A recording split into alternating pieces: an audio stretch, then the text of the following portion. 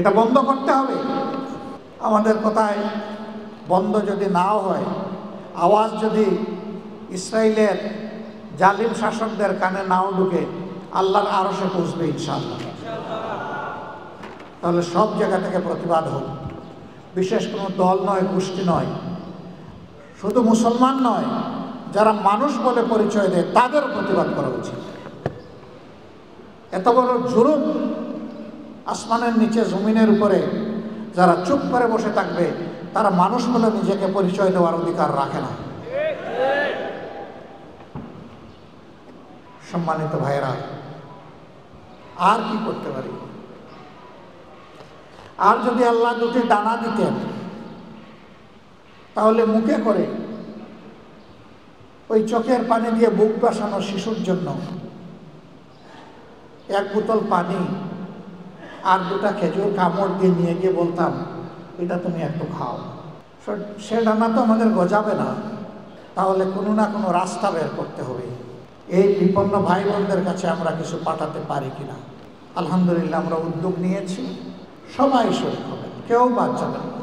যে যা পারেন, আপনি যখন ইফতার করতে বসবেন তখন আল্লাহর দরবারে বলবেন, হে আল্লাহ, এই ইফতার তো আমার পেটের ভিতরে যাচ্ছে না, বাধ্য হয়ে খাচ্ছি, সামান্য একটু হাত বাড়িয়েছি, আমার এই বাড়ানো হাতকে তুমি লম্বা করে দাও, আমার এই সামান্য সাদাকাকে তুমি আমার কুরবানি হিসাবে কবুল করো।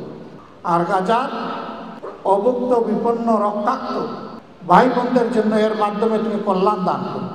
ইনশাআল্লাহ আমরা নিজেরা করব, আপনজনদেরকে করতে বলবো, বন্ধু বান্ধবকে বলবো, প্রতিবেশীদেরকে বলবো, কর্মস্থলের সাথীদেরকে বলবো। বিভিন্ন লোক এবং সংস্থা উদ্যোগ নেবে। আপনার আস্থাতে যেখানে নিশ্চিত, আপনি শুধু ওখানে দেবেন। আপনার বিবেক বলে দিবে যে আপনি কোন জায়গায় আস্থা রাখতে পারবেন। যে জায়গায় আস্থা রাখবেন, আল্লাহর উপর ভরসা করে ওখানে দিয়ে বলবেন, এটা আমার আমানত, আপনি যথাস্থানে পৌঁছাবেন।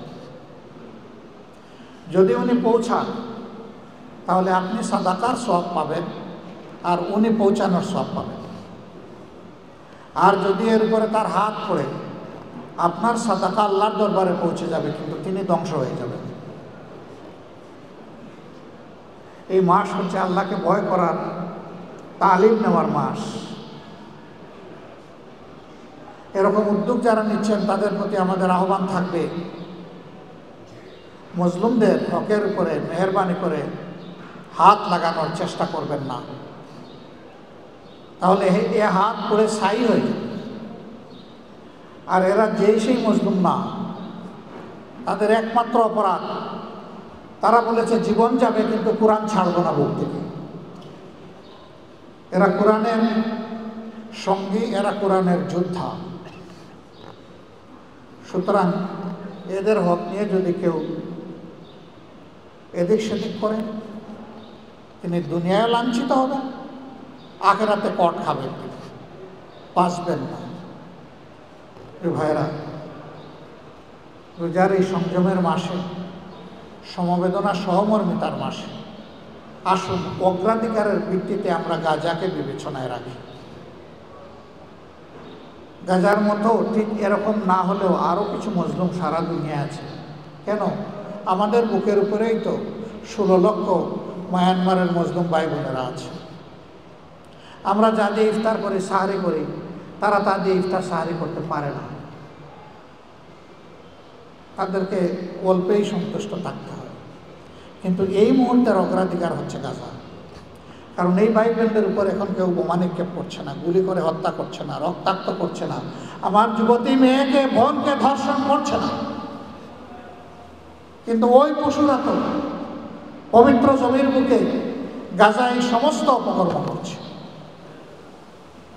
অতএব গাজা অনন্য। এই মানুষগুলা জীবন বাঁচানোর জন্য পালাই যেতে পারত, তারা বলেছে না, আমরা ভয় করে আল্লাহকে, ভালোবাসি আল্লাহকে। এ মাটিতে আল্লাহ আমাদেরকে পয়দা করেছেন, নিশ্চয়ই আল্লাহর কোনো পরিকল্পনা আছে। দুনিয়ায় একা এসেছি মায়ের পেট থেকে, একা ডুববো কবরের পেটে।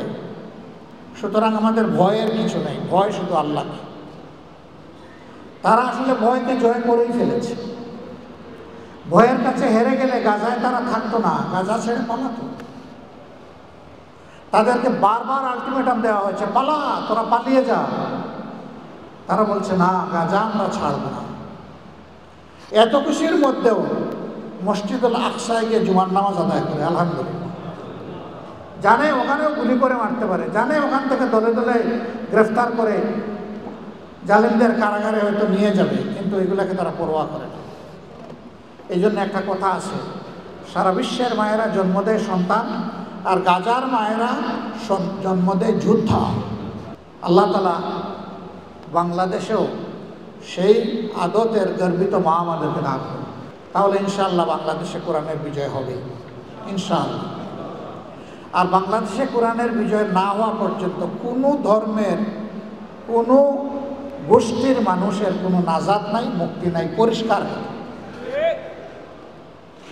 মহান স্রষ্টা আল্লাহর বিধানের চাইতে শ্রেষ্ঠ যেহেতু কোনো বিধান নেই, আর এই বিধান যেহেতু এখনও 91% মুসলমানের দেশে আক্ষরিক করতে প্রতিষ্ঠিত হয়নি, সুতরাং আমাদের লড়াই অব্যাহত থাকবে যতক্ষণ না কোরআন পরিপূর্ণভাবে দ্বীন হিসাবে জমিনের উপরে প্রতিষ্ঠিত হয়ে যায়। কাতিলুহুম হাত্তা লা তাকুনু ফিতনা।